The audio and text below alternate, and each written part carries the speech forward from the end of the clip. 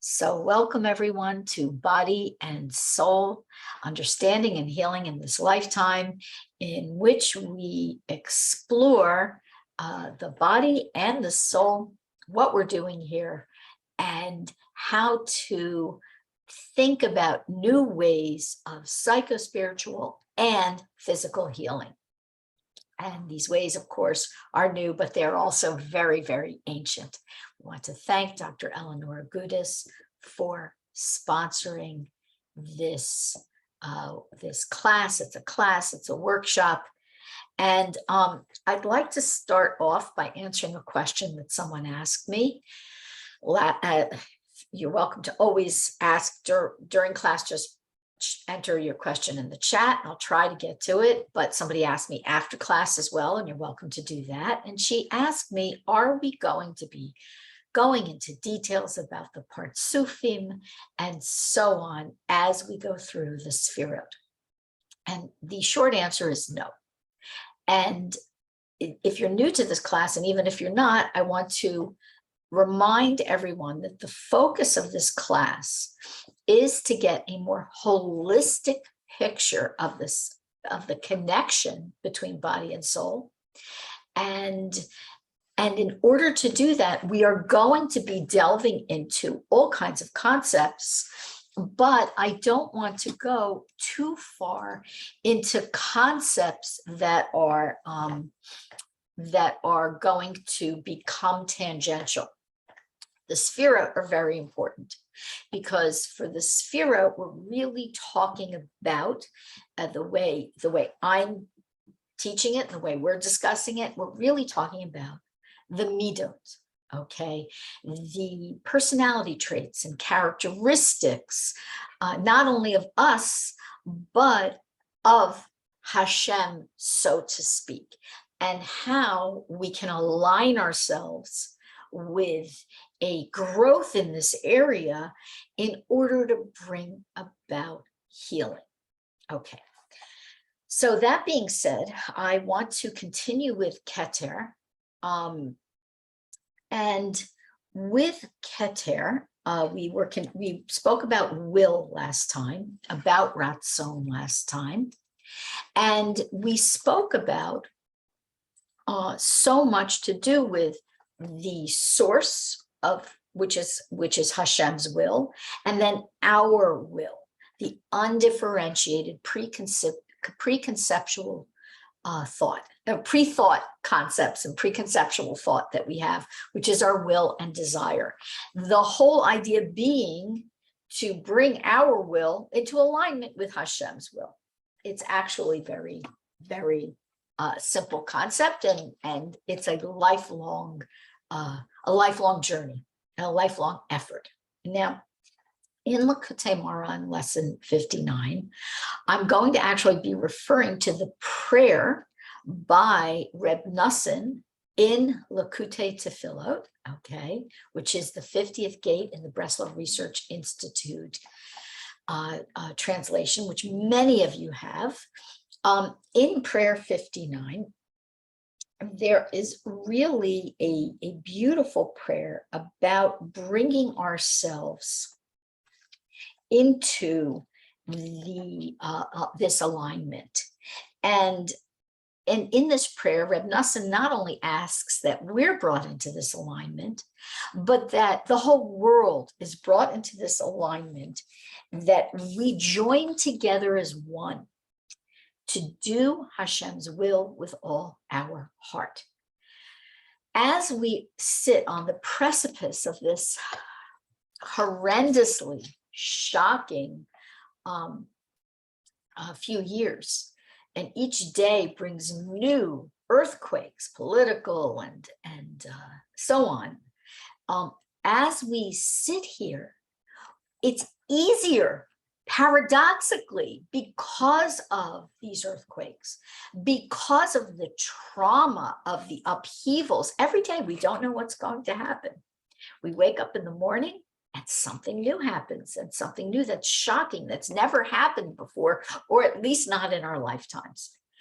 And because of this, we are able to get a glimpse that there must be something else out there and another way of looking at things. And that coming together isn't such a bad idea. That it's time to put aside our differences in perception, our differences in approaches, and to join in achdut, in togetherness and oneness with each other. And certainly, we women have a very important role in this, because our ways of communicating with each other and bonding with each other and disagreeing with each other tends to be very much emotional and from the heart. Not always, but often. And when we do this, when we're able to transcend the disruption of our emotions, okay? So our emotions can be very disruptive. When we're able to transcend that, and I'm not going to say repress them or stuff them, okay? Because we need to understand what we're feeling. We need to validate ourselves and other people.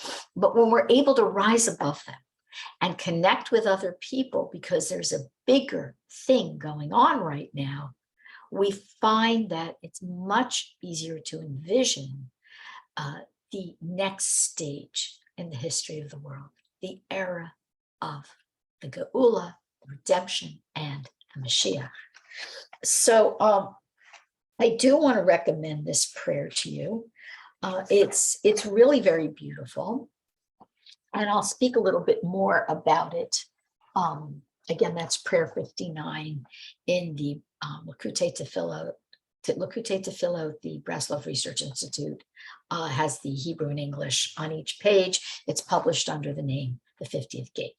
So what I'd like to do is remind us briefly what Keter is, which is sort of the source, the catalyst, the charging energy for the journey through all the Sefirot, which ends up in Malchut. And we've discussed this before, but just to keep that in mind as a prerequisite for the rest of our conversation today, why it's so important. Okay, it's also the most difficult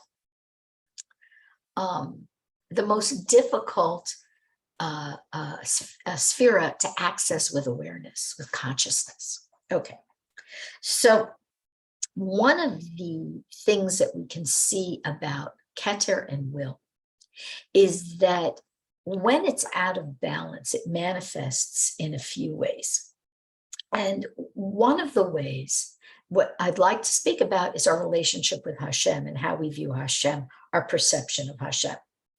So the first way, when we aren't accessing this source energy of Ratzon, our own preconceptual thought, and Hashem's will, when we aren't able to access it, when we aren't able to define it, when we aren't able to connect to it, we find that that when we have too little of this energy and connection with Keter, we find that we enter into a lot of doubt. Our emunah becomes shaken. We look around, we see the craziness, and we skip over. It's almost like a record skipping. Okay, we skip over the bits inside us that are connected to Hashem through emunah. And we just look at the troubles. We just look at the disruptions. We just look at those earthquakes. And it's not as if, I mean, obviously here everybody believes in Hashem. It's not as if we don't believe in Hashem. It's that we forget the absolute surrounding force and filling force that Hashem is for everything that's going on. So when we read a news item, or there's a disruption in the family, God forbid, or anything, and you forget that it's from Hashem, this is from an inability to fully actualize Keter. Okay, how can we combat this? I'm all about the practical. Okay, I'm not so Kabbalistic. I really like to use the Sefirot very much on a psychospiritual level, and really with our emotions, our thoughts, and so on. So how do we access this? We set up, there are a lot of ways we can actualize this, not access, actualize this. And that is to set us up with reminders, to train ourselves to get into the habit of whenever we see anything disruptive, whenever we see anything good, many of us are in the habit saying, Baruch Hashem. Hashem is blessed. Hashem is the source of this. Thank Hashem. Okay. But when we see something negative, we can say it's all for the good and so on. But really what we can do is remind ourselves, this is from Hashem, and Hashem only wants to benefit us, and therefore it must be good. Okay. I've told you my stories about the survivors I was so privileged to know, who are all gone now, and the World War II survivors who I miss so much, very special women and men, and who had this ability, they were all very special, but several of them had this ability to do this in Bergen-Belsen, in Auschwitz. Okay. It's incredible when you think about it, to sit in a camp like this, starving, covered in lice and suffering, and to be able to say, this is from Hashem, and Hashem does good. Okay. And each one of the ladies who told me this, the men themselves didn't tell me this, but the three ladies specifically who told me this, each one of them said that the Holocaust only strengthened their emunah. Unbelievable. Not to judge anyone whose emunah was weakened during that time, or gets weakened during times of disruption and turmoil and revolution and insanity. Okay. It's a normal human response. We can't judge anyone. But when we see that people are able to strengthen themselves in emunah, amazing. It gives me a lot of personal encouragement, okay, with the mild things that I have to go through. Okay, now when we have a Keter, when we have a Keter that's imbalanced in the other direction, that we're so aware of Hashem's will, okay, so aware of Hashem's will that we say, okay, it's Hashem's will, which is good, we should. And oh, this is from Hashem, which we should, it's good. When we do this, and to the point of excluding our own personal responsibility to act in this world, whether it's through prayer or physical action or helping another person out. Oh, well, it's from Hashem. It's all Hashem's will. I don't have any responsibility. That is Keter through a different imbalanced lens. Oh, Hashem will help them. Okay. So I always say, okay, I don't mean this irreverently, but I always say, you know, when someone is suffering, we should be a shtickle atheist. What do I mean? I mean, we shouldn't believe in Hashem, God forbid. What I mean is that we should act as if we're the ones responsible, not Hashem. Oh, those people can't pay their bills. Hashem will help them. God forbid. Who could think like this? Okay. So that is an imbalance of Keter in the other direction. We want to find that sweet spot in between these two. So the first thing is to remind yourself, this is from Hashem. Anytime, you can try it for 1 hour a day. You could try it throughout your day. Anytime something doesn't go as planned, which is many times a day, whatever it may be, small or big. And then in the other direction, you can remind yourself, this is Hashem's will. What is wanted from me here? What's my responsibility here? Okay. And by bringing these two seesaws into a nice back and forth play, what we end up with is walking, or sitting, I should say, if we're on a seesaw, this path of flexing with the momentum. Okay. Aligning ourselves with Hashem's will in such a way that we are truly balanced, and we can only grow in this. We find a sweet spot, and then we find we can grow more in one direction, another direction, in both directions. Okay. So I hope that is clear. That's, I think, really we're going to keep Will in mind. We'll speak about it again, but that's all I want to say about Will and Keter, because I want to move on to some other points.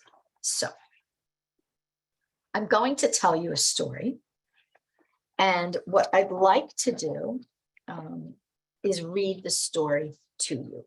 We're going to talk about another aspect of Keter. I'm going to read you the story and you'll tell me if you know what the story is about. Okay? Okay.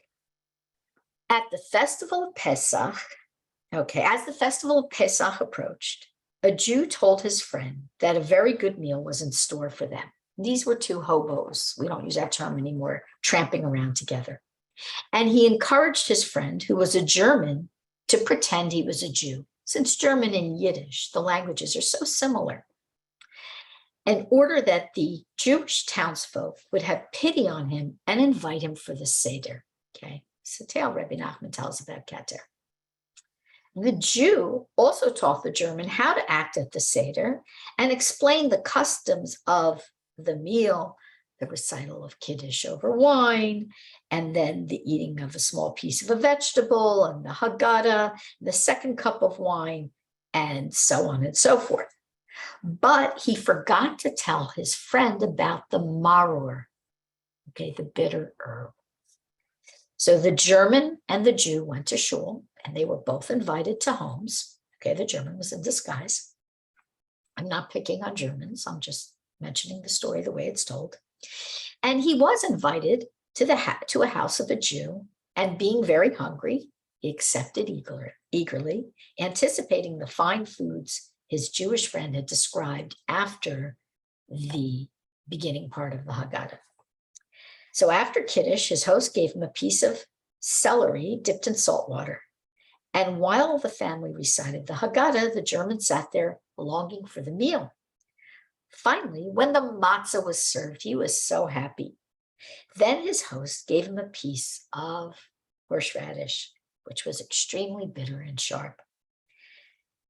The German thought, this hadn't been mentioned to him, thought this was the entire meal. And he was very upset, and he ran out of the house, cursing his friend and the Jewish people in general. After all that, what they put me through with that ceremony, that's what they give me to eat. He made his way to the shul, fell asleep on the bench. After a while, the Jew arrived, happy, full, uplifted from the Seder, but also full from the food because they'd been on the road. They hadn't been eating so well. He said to the German, "How was your meal? How was your Seder?" The other told him what happened, and the Jew said, "You foolish man. Had you waited just a little longer, you would have had as fine a meal as I had."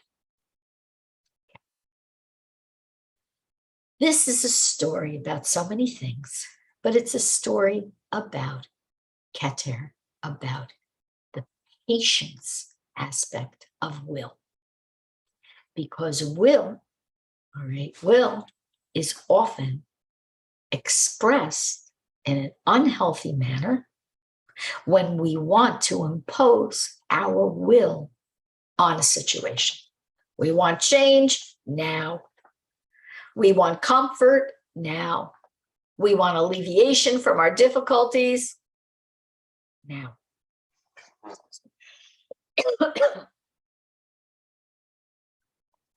So the Rebbe, there's, even in the Rebbe's short tales, there are so many nuggets that we can take from them. Forget about Sipori Masios, the 13 stories of Sipori Masio, 13 stories. Even in the little tales, there's so many nuggets that we can take. And here we can take this idea that we have to go through a little bitterness in order to get the delicious Suda, okay?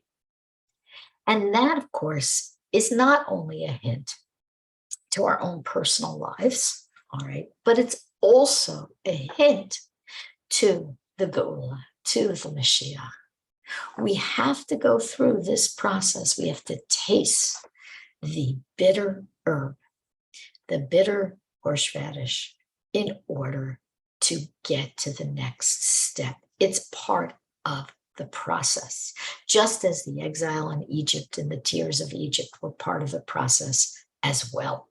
And just as the difficulties we're all going through today are part of the process also.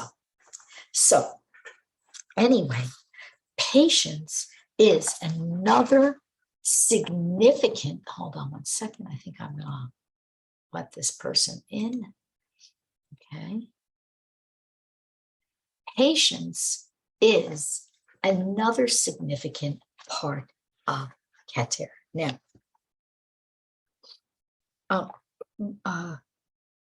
hold on one second. I just want to find this very interesting part up here. Okay.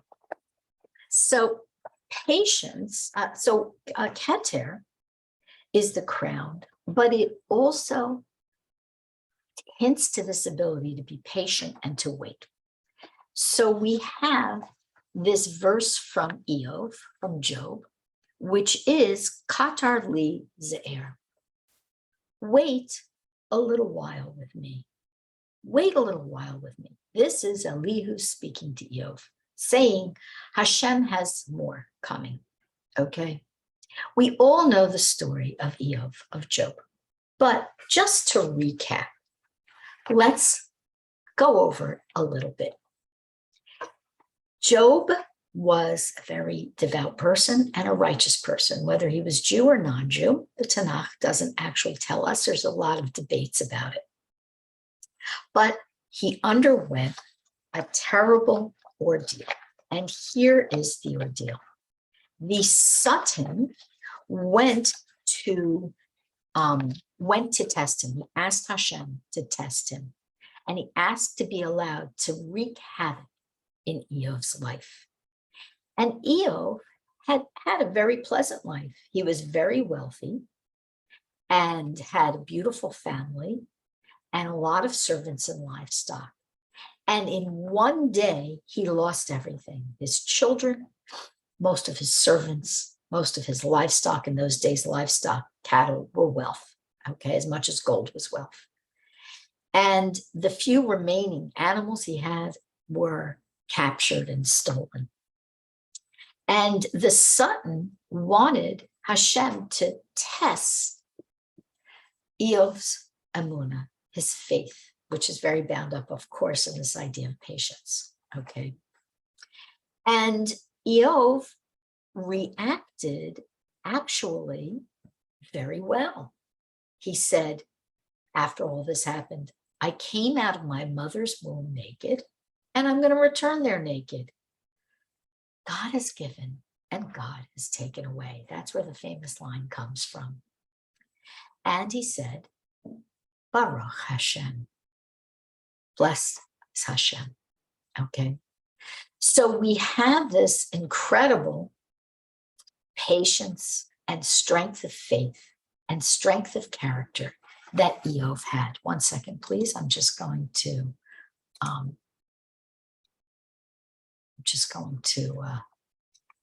work on the text stuff here. Okay. So anyway, at this point, the Satan said, well, maybe we didn't do enough to test Iyov. And he decided to do more, and he had Hashem's permission. And Iyov was struck with boils, horrible, painful boils all over his body. And Iyov didn't say anything against Hashem. But, says the Talmud, in his heart, okay, he began to kick a little, say, how is this fair? I'm a man of faith. I'm a righteous man. I gave charity. I'm a good person. I lost my children. I lost my livestock. I lost my wealth. And I didn't complain. Now I have to suffer with these painful boils. What's going on here? So when Iyov's friends arrive to console him, they all have a debate. And if you haven't read this chapter of Ketuvim, of the writings in Tanakh. It's really worth reading. It's fascinating, enlightening, encouraging, challenging, and so on. And they told Iyov, happy is the man whom Hashem rebukes. So if Hashem rebukes you, it means he's keeping you alive, okay? Perhaps you deserve worse, okay? But Iyov said, I can't take it anymore. And he wants to die. And he begins to question Hashem, why Hashem would even bother with human beings. We're insignificant. And he asks, if I've transgressed, what effect can I have on you, Hashem? Hashem doesn't change.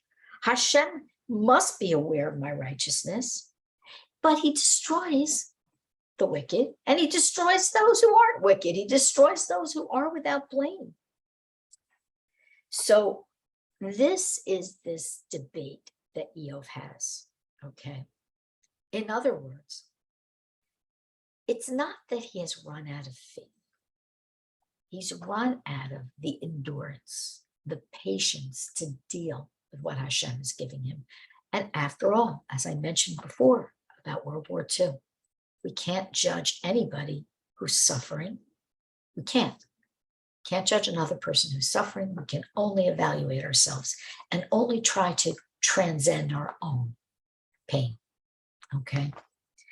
Finally, at the end of the chapter, Hashem admonishes Iyov directly. And he says, where were you when I created the earth? Speak up if you understand how I created the earth. Speak up if you know how to create the earth. And Iyov was floored. It hit him really, really hard. I don't know why Hashem does this. I don't know the cheshbon of Hashem. I don't know the calculations of Hashem. I can't create anything. I can't create a molecule. Maybe Hashem, not maybe, Hashem has a plan and I don't understand it. And he recognized that he was wrong. And he says, yeah, I'm suffering, but you know what, Hashem, even though I'm suffering, I beg you for forgiveness in questioning you and in questioning how you calculate and mete out the difficulties that a human being goes through in their lives. And he began to pray, not only for himself, but for other people. And Hashem restored his wealth and doubled his wealth. In fact, more than restored it, he doubled it. He restored, I guess he had a new family. I don't remember. I don't have I should have had the Sefirot directly in front of me, but I just have my notes. It's a new family. His wife apparently was fine. It's a new family. And he had tremendous success in this world. And he lived a very long, healthy life. Okay. So we see a lot of messages in this story. Okay. One of the messages is that our will can sometimes get in the way of our understanding. We need a basic, simple understanding that Hashem is in charge. It's very hard sometimes to swallow, especially when we're suffering or when we see someone we care about suffering. Okay, it can be very difficult to ultimately, doesn't mean that we don't intervene, by the way, in suffering, but to ultimately understand that Hashem is in charge. We have to develop patience to see this through, whatever it is. Now, Rebbe Nachman speaks a lot about patience, about savlanut, okay? And he speaks about this idea that a lot of our difficulties are actually bound up in a lack of patience, a lack of an ability to, and a mature patience. What's a mature patience? What do I mean by that? It means the ability to look at whatever we're going through, God forbid a physical health issue, God forbid an issue with children or family, God forbid, struggles finding a soulmate, God forbid, financial issues, God forbid, whatever your issues are, know that, says Rebbe Nachman, Hashem helped you in the past, and I'll help you again. And you might say, but I've been going through this for years. I've been suffering for years and years and years. So that's when it's time to do a slight, not just a cheshbon hanefesh, an accounting of our lives and our actions, but a reflection on an evaluation of our lives. Were we actually suffering the whole time? Maybe not. We take a look. Let's start with today. We had a hard day, but really, 20 minutes of the day was really hard. 2 hours of the day was mediocre to not great. 6 hours of the day was fair. And 1 hour was actually happy and very good. I'm just making up those numbers. And if we go through each day of our lives and we start to tally up the benefits to ourselves, okay, and we see that whatever we've been through, Hashem has brought us to this point. Whatever you've been through, Hashem has brought you to this exact point in time. He's gotten you through it. And you yourself have also gotten through it with your own will and endurance and patience and faith. Okay. And we're here, and we're all here. And even the people who are not here got through what they were supposed to get through. Okay. And then we can say, now I understand this conjunction between will, okay, between will and waiting, will and patience, Keter and Katar, to wait, okay. Rebbe Nachman makes this connection very profound. So one of the interesting things that the Rebbe says about this is that Keter actually acts as a barrier that prevents us from going to extremes. Developing patience, thinking about what our will is, developing the patience to measure it, to hold it up against Hashem's will, to really hold it up. Okay, I want to talk about the not really holding it up in a moment. Okay, but to really hold it up against what Hashem wants, we find that the Keter is going to be sort of like speed bumps that are going to save us from a crash. This is where Keter is instrumental in our lives. So I've been going through something recently, trying to get various appointments for months, and everything has been delayed, and more delays, and more delays, and more delays, and more delays. And Rabbi Kramer said to me, there's a Gemara that says that when a din is delayed, when a decree is delayed, that's a good thing. It means that the decree is usually lifted, or the decree is weakened, or whatever. When you face a delay that thwarts your will, thank Hashem. Thank Hashem for the delay, because he's only doing good for you.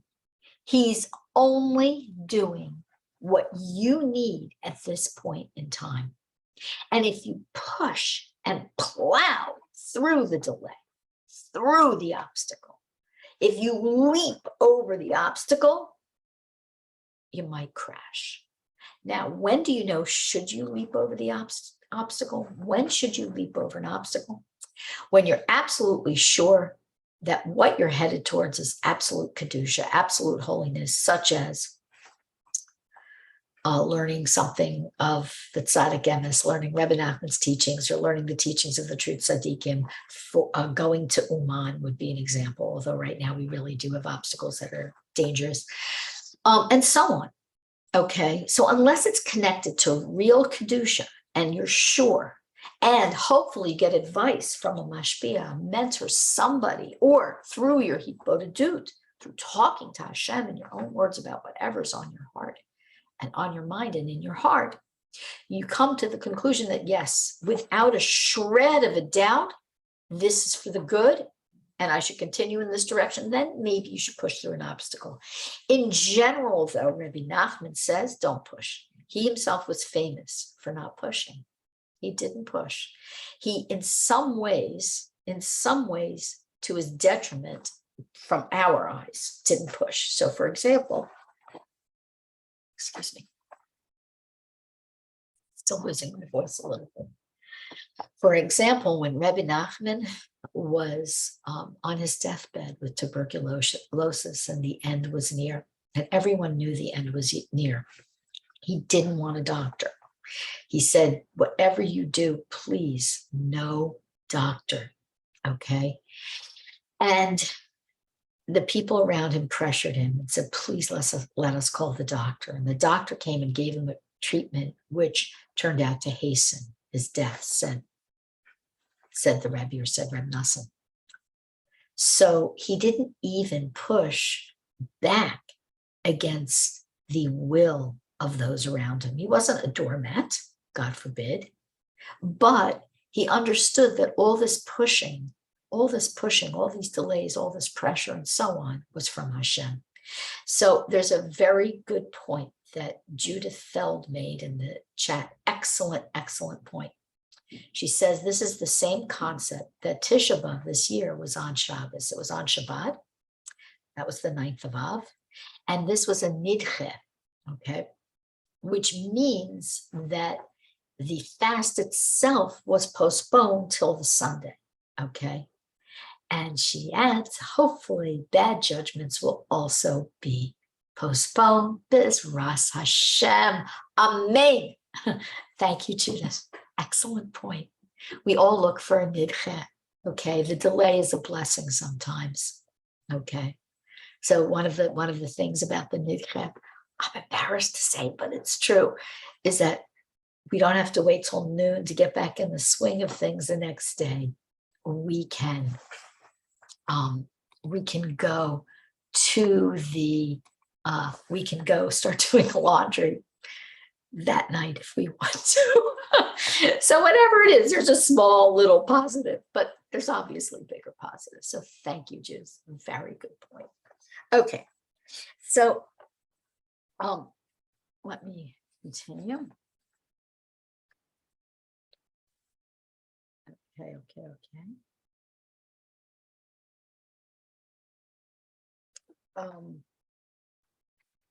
What time is it? Okay, so we have 20 minutes. So I really do want to finish Keter today. So just give me another minute.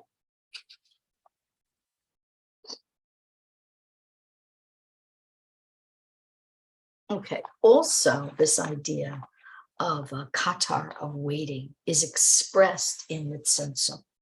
So I'm not going to assume that everyone here knows it. So very, very briefly, really briefly, with leaving big parts out, in order for the world to be created, in order there to be a place for creation, something other than Hashem, although of course there's nothing at the ultimate level other than Hashem, Hashem had to withdraw himself, so to speak, okay? He didn't really withdraw himself, but so to speak. And in order for this light of spirituality to come down into this world to create creation, there had to be a birthing process, okay, a labor process. And this was the contractions of Hashem's light that came down into this world, down and down and down. They became less and less sublime, less and less spiritual, and more coarse and material as these contractions happened, okay?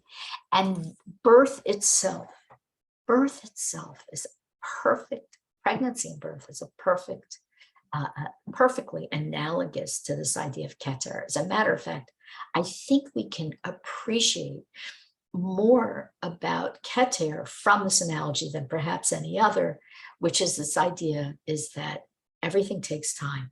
A new life takes time. Not just the new life of your child, but the new life you give yourself, okay? Because we're co-creating ourselves with Hashem, and that requires conception, okay? The preconception, which is Keter, the conception, time, okay, 9 months, 9 years, 90 years, whatever it is, 90 minutes.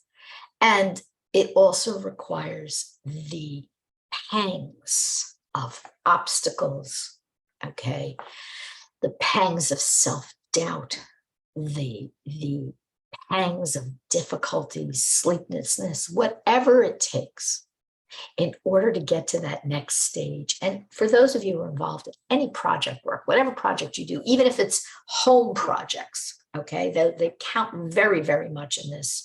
It's important to not anybody who's focused on their home and their children right now, not only they can't discount it, it's the most important thing.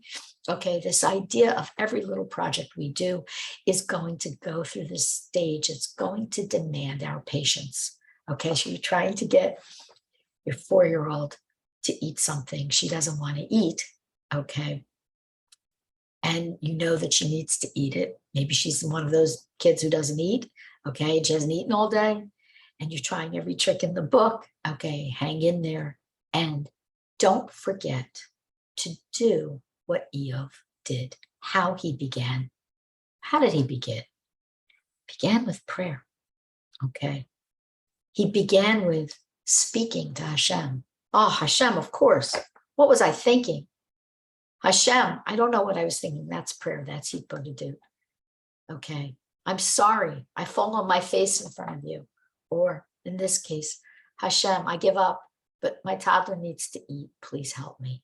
Or Hashem, I have this project due for work and I'm a procrastinator.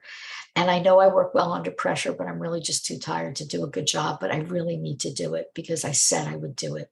Please, Hashem, help me. Okay.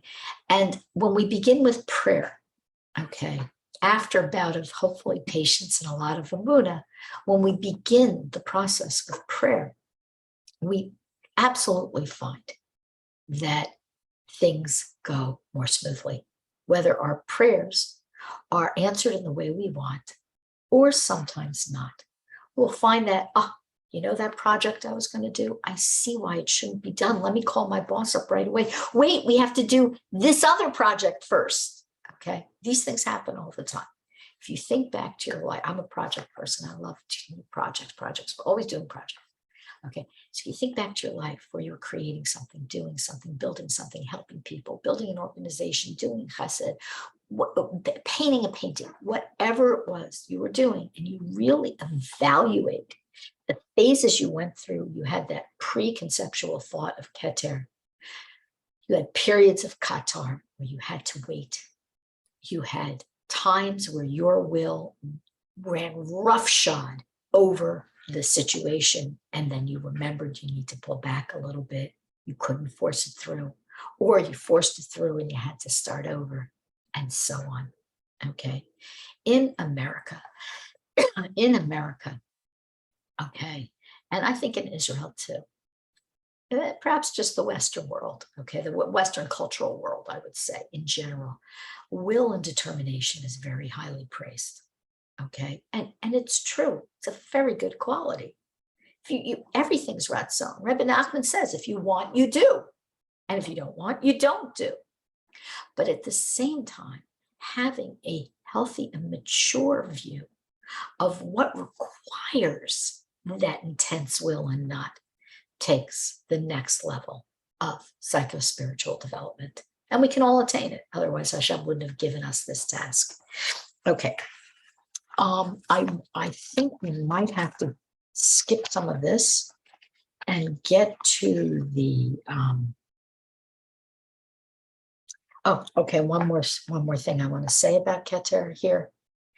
Rebbe Nachman calls Keter the Mesader Umiyashev of the Mochi. What does that mean? Okay, it means the Mesader, okay, like Seder, that which puts in order. And Miyashev means that which settles to its place.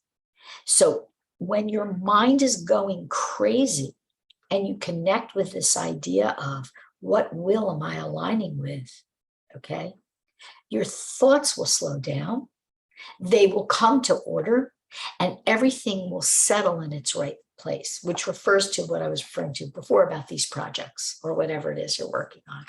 Okay, they can be spiritual projects, obviously. I'm not even primarily talking about material projects. So this idea of order and settling and returning to the right place begins in one's thoughts. Okay.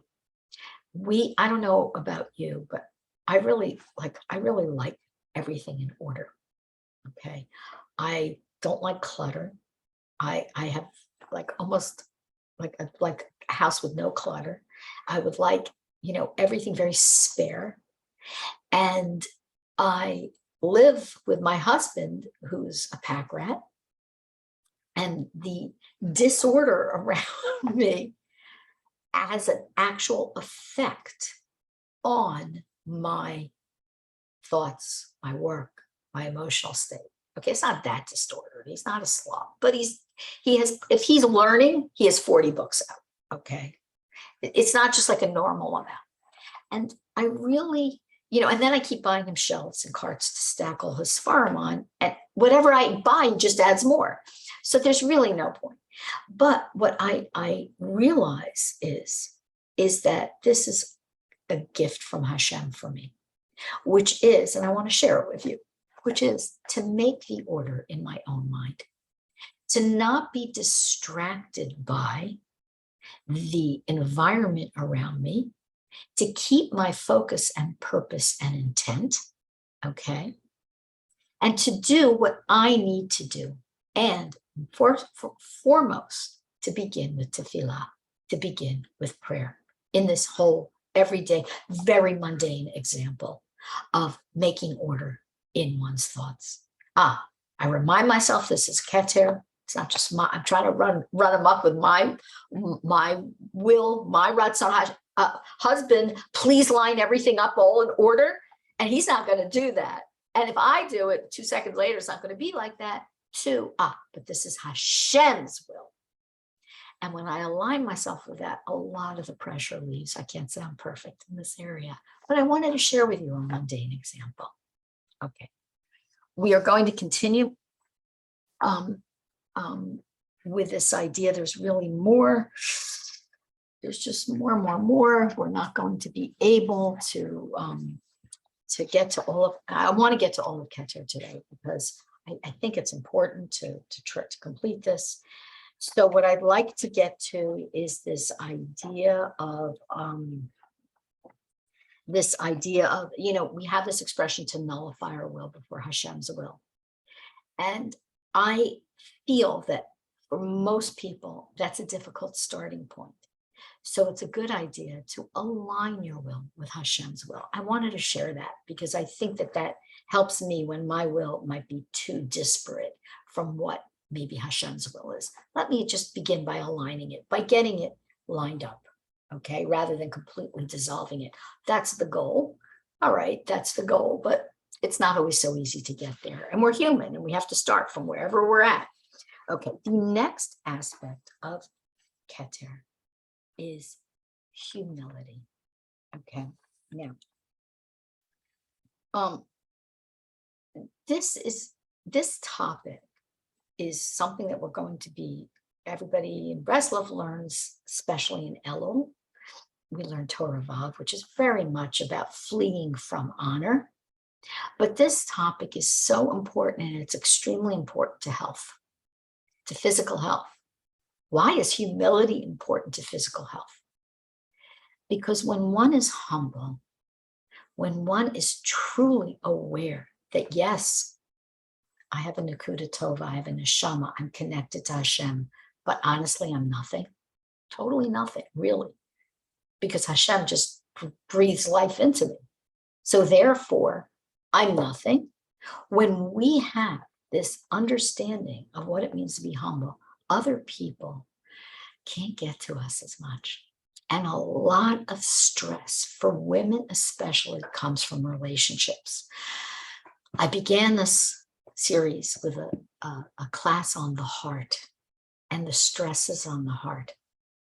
And I'm going to refer back to it, okay, very briefly, in that when we remain humble, what anybody else does to claim superiority, to impose their will on us, and so on, we don't respond with anger. We may know that that person might be wrong. Maybe we are right. but we don't get into what is called a battle of the wills, a battle in which I'm going to hang on to my will for dear life and impose it on that other person till they cave. As women, we don't do this. As men, also obviously in the frum world, in the religious world, in the Jewish world, don't beat each other up. But hopefully, but as women, we know there are many, many, many ways that women can impose our will on others. And we can not be humble in the way that we should. We can be very sure that we're right. We can be a very good thing to trust our intuition at times, but we can run emotionally roughshod over others. Now, why am I saying we can? I'm not talking about when other people are doing it to us, because Rebbe Nachman says that we should find ourselves in his teachings. Okay. All too often, I find when I begin learning with someone new in interpersonal, not everyone, but often, and we're learning a difficult topic like Torah, like lesson 6 and Likutei Moharan, or even Azamra,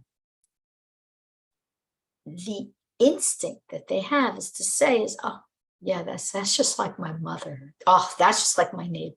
That's just like the woman I work with. Rebbe Nachman says, okay, that may be true. But when we see these, what are we going to call them? I can't even call them character flaws. Human foibles. Let's call them human foibles that aren't being worked on. Because if you're working on them, good for you. But when we see these foibles in others, we're reminded what Baal Shem Tov and Rebbe Nachman says. What we see in others is really a projection. Okay, and we need to turn inwards and look at ourselves. Not always the funnest thing. Funnest isn't a word, but I like it anyway. It's not always the funnest thing to do. Who wants to do that? Who wants to ask themselves, am I pushing forward with this because it's best for everyone? Or am I just pushing forward this because I want to be right and I want to be superior and I don't want to be humble? So you can see the intersection of will and humility, or will and too much will, okay? Will and calmness versus will and anger, all right? So we understand now, once we start thinking about this in a more macro way, when I say in the beginning, a will, Keter is really, for us, it's the instigator, the charger of all the journey through all the Sefirot. We begin to see that it really is. Because as we go down through the Sefirot, we're going to find many multiple ways that this comes into play. Now, I'm bringing this up and I'm bringing up the heart thing because it is so unbelievable to me that since that heart class, someone else has also come to me and has had a struggle with a heart issue. So now this is 4 or 5 women who have either had heart attacks, minor heart attacks, or heart events. I don't know what you would call them, or heart issues. Okay. Excuse me, all recently, like all in the past several months. And this can be tied to depression, okay, which we will talk about. For sure, it can be tied to depression. And when we get there, we'll talk about it. But it can also be tied to an imbalance of Keter, a lack of awareness of Keter. So it can back issues, by the way. When we get to the back, we'll talk about that as well. But since we've already talked about the heart and began with the heart, I want to refer to it. So one of the acknowledged medical mainstream triggers of heart issues is anger. Okay, is anger. What is anger? It's many things. It's forgetting about Hashem. They call it idolatry, right? Anger's idolatry. And it's a clinging to one's will, so much so that Any opposition to one's will, even the mildest, causes anger or chas v'shalom, rage. Okay, now, as a Gingy, I can tell you, I know what it means to have a temper, and I can also tell you that I know what it means to work on this. And the way to work on this isn't to focus on, I can't get angry, I can't get angry, I can't get angry. The way to work on this is one of the ways is through Hitbodedut, talking to Hashem about it and praying and asking for Hashem's help. And another way to do it is to really ask, what is my will? What is Hashem's will? Can I be humble in this situation? Why do I think I always have to be right? Why can't I allow someone else to have a point of view, not only slightly different from mine, but even in opposition to mine? We're not all the same, says Rebbe Nachman. He reminds us of this in various places. And we have to allow other people to be who they are, just as we have to understand who we are and then grow ourselves. Okay, so I want to, there are many tefillos, many tefillot that could be used to help you in and to develop all these areas, the area of will, the area of humility and patience. I happen to particularly like for this tefillah 59 and 50th gate I mentioned before, but there's so many more. It's just one example I am giving you today. And also I want to share briefly a picture. Give me one moment. Let me see if I can find my, I'm trying to find my, hold on one second. No, that's not what I want to share. No.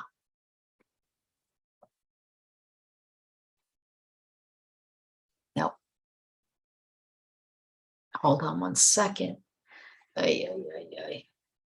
How do I stop sharing? Stop share. Okay, what I wanted to do was share the cover of the book last week that I recommended that people asked for, which is Anani. I have the picture on my desktop. I just can't find it. And I wanted to share it with you because several people asked me in class and then afterwards again. And it's called Anani, and it's a Bechinos collection of prayers for women. They have it in a few languages. They have a beautiful edition with Hebrew on one side and English on the other. And I highly recommend it. There are wonderful prayers in it for health and healing. And so therefore, that's what I wanted to ask, to remind you. Okay, so I'm going to stop the recording now, unless anybody has any questions or comments. You're welcome to unmute or to type in the chat is even better in some ways because it's easier for me to read. No? Okay. So I want to thank everyone for ask something. Yes, of course. Who is this? Judith. Hi, Judy. So yeah, hi.